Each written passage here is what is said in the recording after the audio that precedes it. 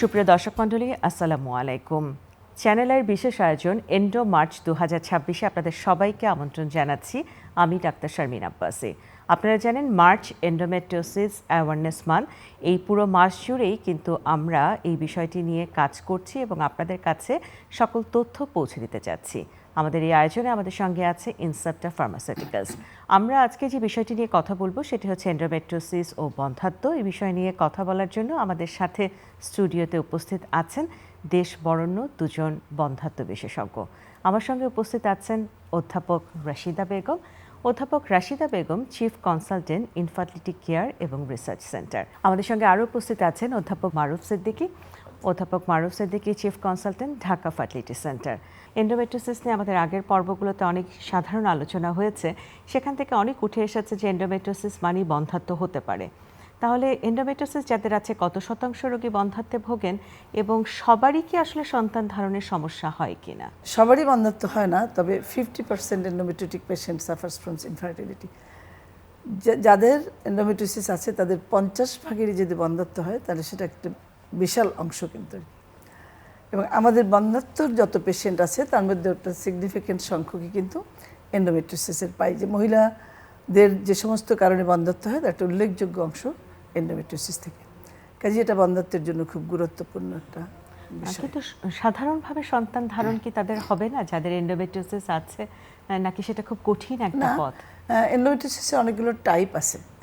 কিছু বলে peritoneal endometriosis, কিছু ওভারিয়ান এন্ডোমেট্রিওমা, কিছু ডিপ এন্ডোমেট্রিওসিস। পেরিটোনিয়াল এন্ডোমেট্রিওসিস যখন থাকে তখন ওভারি ইনভলভ হয় না। সেসব ক্ষেত্রে দেখা যায় যে অনেকেরই যে 50% সাফার্স, বাকি 50%-এর তো প্রেগনেন্সি হয়। তো তাদের আর্লি স্টেজে প্রেগনেন্সি হওয়া সম্ভব, কিন্তু যখন এন্ডোমেট্রিওমা হয় বা ডিপ এন্ডোমেট্রিওসিস হয়, যখন এটা একটা অ্যাডহেসিভ ডিজিজ, বিভিন্ন অর্গান, ইউট্রাস, গাট, ইউরেটার, ব্লাডার সব কিছু অ্যাডারেন্ট হয়ে যায়, একের সাথে এক জোড়া লেগে যায়। ওই রকম পর্যায়ে যখন পৌঁছায়, এটার কতগুলো স্টেজিং আছে, স্টেজ 3-4, এই 3-4-এ যখন পৌঁছে যায় তখন it is really impossible to get pregnancy. তো যার জন্য ওই অবস্থায় গেলে তখন প্রেগনেন্সিটা হয় না। তবে যারা স্টেজ 1-2-তে আসে ইনফার্টিলিটি নিয়ে, তাদের কিন্তু প্রেগনেন্সি হওয়া, ট্রিটমেন্ট করেও প্রেগনেন্সি হওয়া ইজি, কিন্তু থার্ড স্টেজ, ফোর্থ স্টেজে গেলে অনেকটা কঠিন। আমি একটু অধ্যাপক মারুফ সিদ্দিকী আপনার কাছে যেতে চাই। এই যে আমরা বলছি যে বন্ধ্যাত্বের সাথে প্রায় 50% ভাবে এটা যুক্ত থাকতে পারে, এটি আসলে মূলত কেন হয়?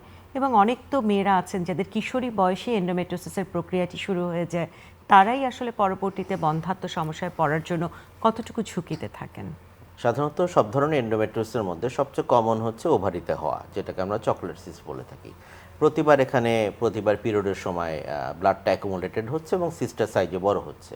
এ কারণে সাধারণত আমরা ওষুধ দিয়ে এটা বন্ধ করে এটার প্রগ্রেশন বন্ধ করার চেষ্টা করি। অ্যাডহেসিভ ডিজিজ অর্থাৎ আশেপাশের যে অংশগুলো আছে, টিউব, ওভারি, গার্ড সব কিছুর সাথে এটা জড়িয়ে যেতে পারে।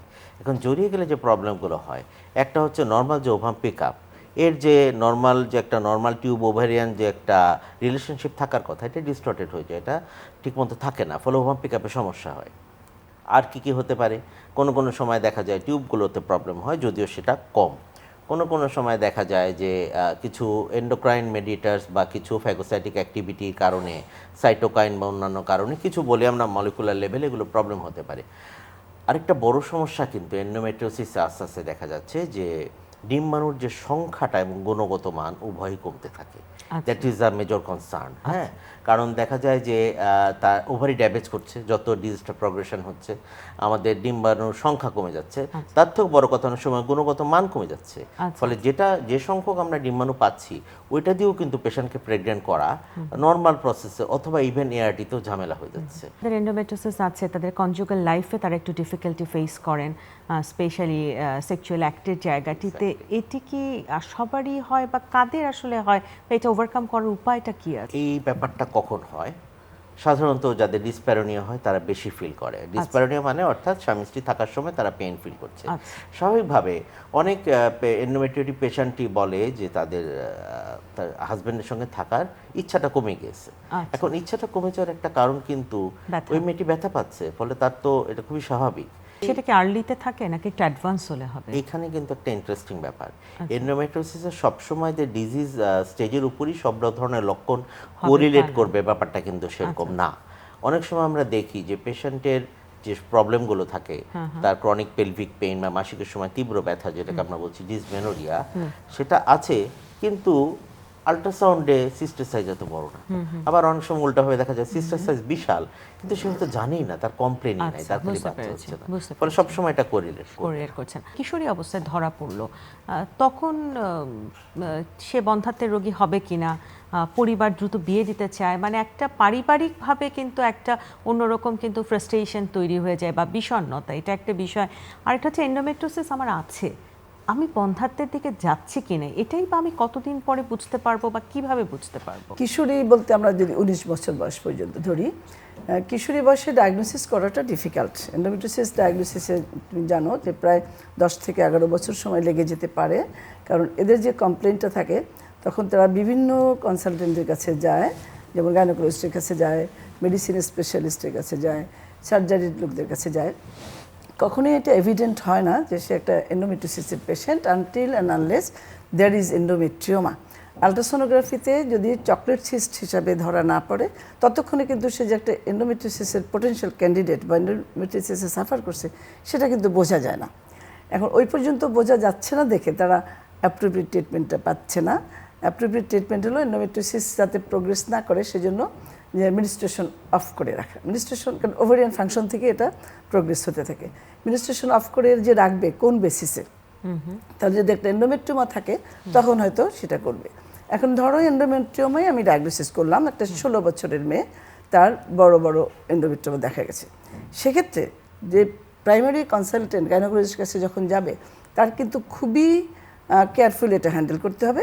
কারণ এই মেয়ের যদি 2 ওভারিতে দুইটা এন্ডোমেট্রিওমা থাকে এবং তাকে এন্ডোমেট্রিওমার একটা ট্রিটমেন্টের একটা সাইজের উপর ডিপেন্ড করে সার্জারির একটা ইন্ডিকেশন আছে, যে তাকে হয়তো সে পেইন হচ্ছে, তার ডিসমেনোরিয়া হচ্ছে, মাসিকের ছাড়াও পেইন হচ্ছে, তখন তার একটা টেন্ডেন্সি থাকবে সার্জারি করার।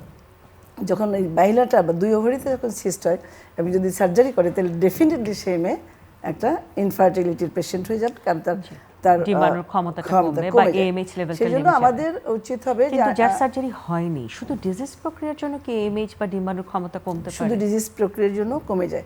সেই জন্য এন্ডোমেট্রিওমা যখন ডায়াগনোসিস হবে, সাইজ ছোট থাকতে আমাদের হ্যান্ডেল করতে হবে মেডিকেল ট্রিটমেন্ট, এবং মেডিকেল ট্রিটমেন্ট এক্সটেন্ডেড মেডিকেল থেরাপির প্রতি আমাদের বেশি গুরুত্ব দিতে হবে, যাতে কোনো ক্রমে ওই মেয়েটার সার্জারি দরকার না হয়। অধ্যাপক মারুফ সিদ্দিকা, আপনার কাছে যেটি জানতে চাই যে মেডিকেল ম্যানেজমেন্ট দিয়ে রক্ষা হলো, কিন্তু এখন তো ডায়াগনোসিস হয়ে গেল যে উনি এন্ডোমেট্রিওসিস এবং বন্ধ্যাত্বের রোগী, এবং কাউকে কাউকে বলতে শুনি যে এক্ষেত্রে ল্যাপ্রোস্কোপি না করে কোনো বিকল্প নেই। আসলে কি ব্যাপারটা অনেকটা এরকম যে সবারই ল্যাপ্রোস্কোপি লাগবে বা লাগতে পারে, বা আপনি বললেন টিউবেও রিলেশনশিপ নষ্ট হতে পারে, সেটাকে আসলে উদ্ধার করার উপায়টি বা কি? এখানে দুইটা ব্যাপার, একটা হচ্ছে যে ল্যাপারোস্কোপি কী কী সুবিধা দিবে, কী কী অসুবিধা তৈরি করতে পারে, এবং সবার জন্য ল্যাপারোস্কোপি কিনা, তাই না? এখন প্রথমত খেয়াল রাখতে হবে যে ল্যাপারোস্কোপি কিছু কিছু ক্ষেত্রে আমাদেরকে কিছু ডেফিনিট সুবিধা দিবে, কারণ কিছু কারেকশনের ইন্টারভেনশনের সুবিধা আমি ল্যাপারোস্কোপিতে পাই, যেমন সিস্টটাকে যতটুকু সম্ভব রিমুভ করা যায়, এবং একই সাথে আমি টিউবগুলো দেখতে পাচ্ছি, টিউব ওভারের মধ্যে যদি কোনো অ্যাড্রেশন থাকে এটাকে আমি কারেকশন করে আগের অবস্থায় ফেরত আনার চেষ্টা করতে পারছি। আমি কিন্তু একই সাথে স্টেজটাও ডিটারমাইন করতে পারছি, যেটা স্টেজ 2, 1, 2, 3, 4 কোথায়, কারণ স্টেজ ভেদে কিন্তু আমাদের ট্রিটমেন্ট প্ল্যানটা সম্পূর্ণ আলাদা হয়ে যেতে পারে। ওকে, সুতরাং ল্যাপারোস্কোপি এই সুবিধাগুলো আমাদেরকে ডেফিনেটলি দিবে। এখন বিপদটা কি? বিপদটা হচ্ছে, একটা হচ্ছে যদি অ্যাগ্রেসিভ সার্জারি করা হয়, বা অনেক ক্ষেত্রেই ইভেন খুব সাউন্ড সার্জারি করলেও মাঝে মাঝে কিছু এমএইচ কমে যেতে পারে, এবং পেশেন্টকে এটা আগেই কাউন্সিলিং করতে হবে। সুতরাং ডিম্বাণুর সংখ্যা কীরকম আছে, that is very important before deciding for a laparoscopy.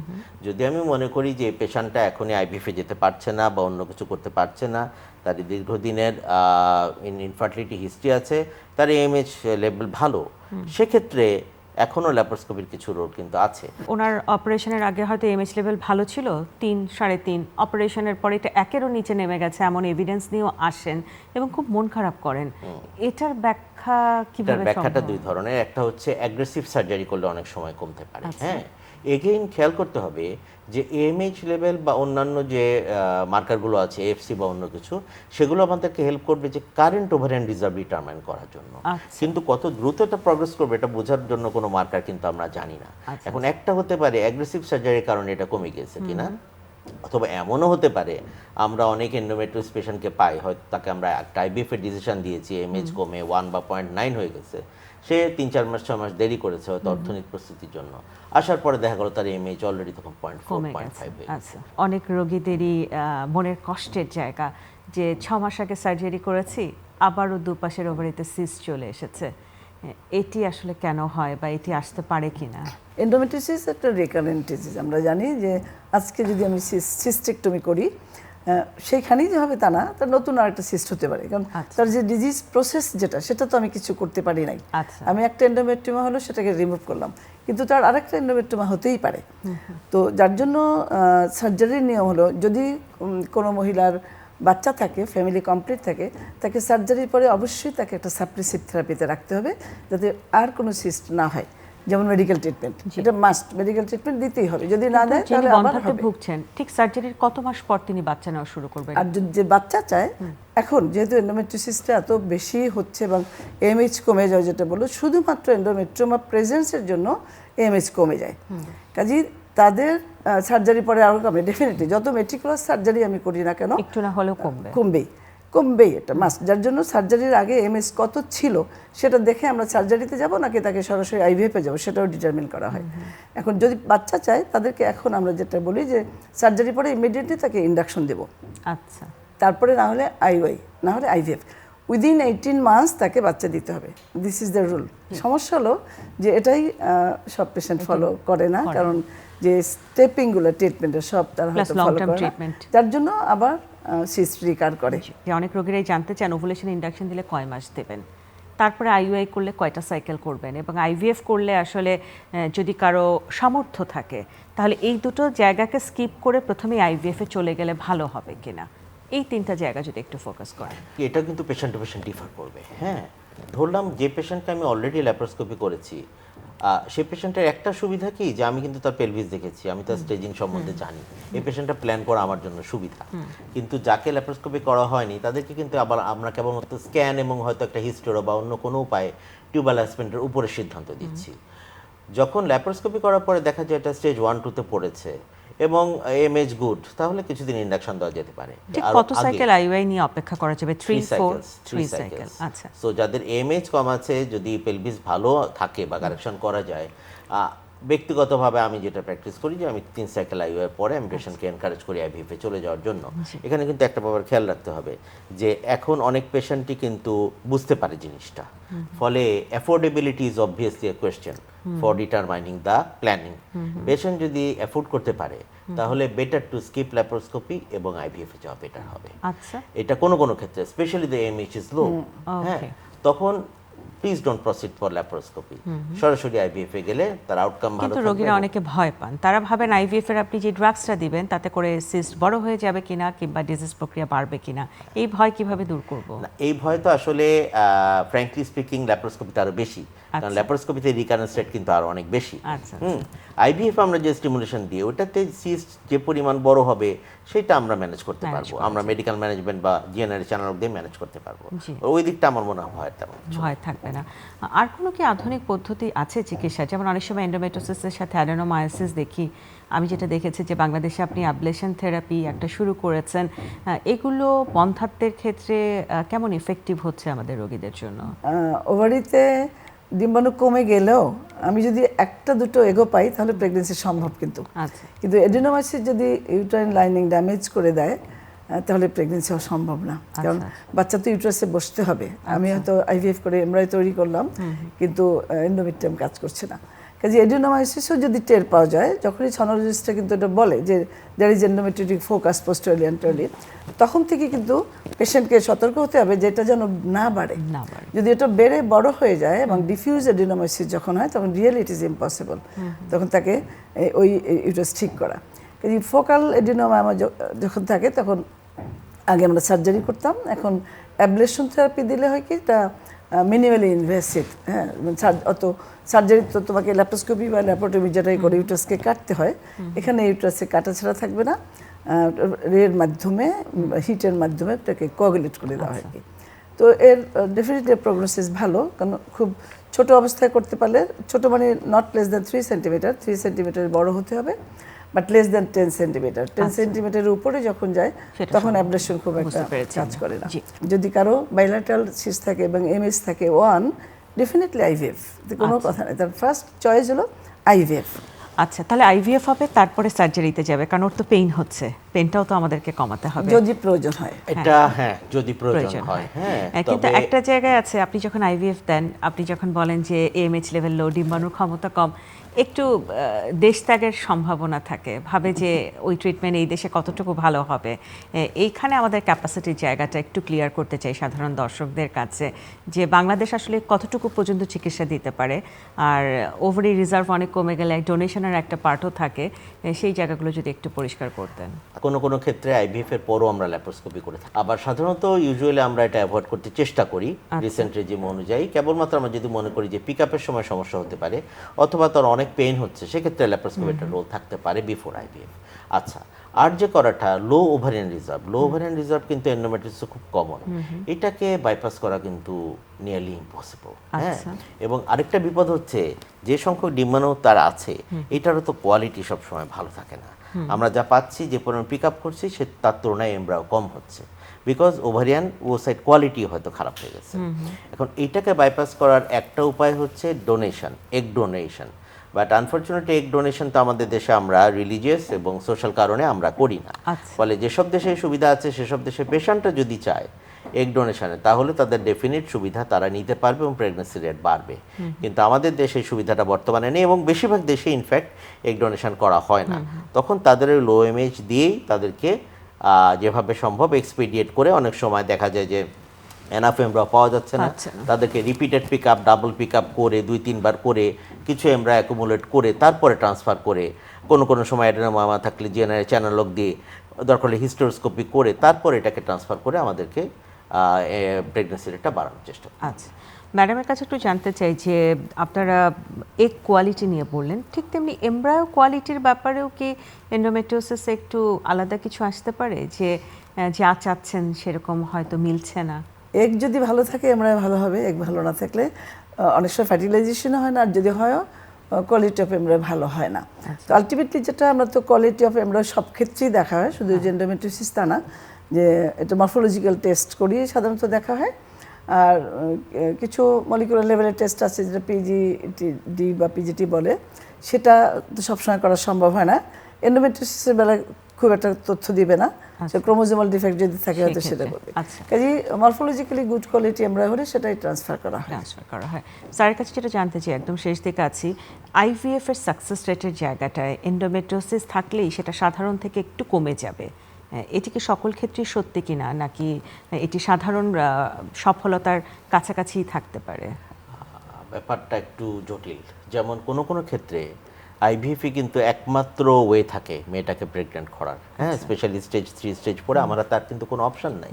এখন দেন হোয়াট আর দ্য প্রবলেমস হচ্ছে, একটা হচ্ছে যেটা আমি আবারও বললাম, যে এমব্রায়ো কোয়ালিটি যদি ভালো না হয়, দেখা যাচ্ছে তার এএমএইচ যেটা যেই লেভেলে আছে, একটি নর্মাল পেশেন্টের যে কয়টা এমব্রায়ো এক্সপেক্টেড তার তুলনায় হয়তো আমি কম এমব্রায়ো পাচ্ছি, because the embryo quality might not be good. আচ্ছা, দেন দের ইজ অ্যানাদার প্রবলেম, যদি অ্যাডিনোমায়োসিস থাকে তাহলে ইমপ্লান্টেশন রেট কমে, অ্যাবর্শন রেট বাড়ে। সো এগুলো কিন্তু আমাদেরকে কাউন্টে আনতে হবে। আমি খালি বলবো যে যাদের এই প্রবলেমটা আছে আর্লি ইন্টারভেনশন করতে হবে। সে যদি আইভিএফে যেতে চায় সেই সিদ্ধান্তটাকে দ্রুত নিতে হবে এবং আগে যেতে হবে।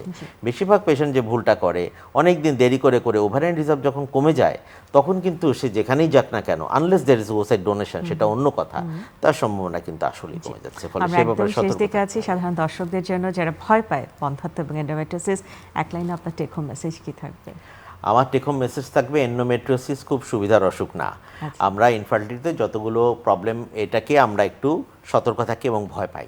তবে সবসময় খেয়াল রাখবেন যে আর্লি ইন্টারভেনশন, সেটা হতে পারে মেডিকেশন, সেটা হতে পারে ল্যাপারোস্কোপি, সেটা হতে পারে আইইউআই, ইভেন আর্লি আইভিএফ, এগুলো আপনাকে দ্রুত সিদ্ধান্ত নিতে হবে এবং এই সিদ্ধান্তগুলো আপনাকে সহায়তা করতে পারে একটা সন্তান লাভের। আপনি যত ডিলে করবেন আপনার সম্ভাবনা কমতে থাকবে। অনেক ধন্যবাদ আপনাকে, অধ্যাপক রাশিদা বেগম।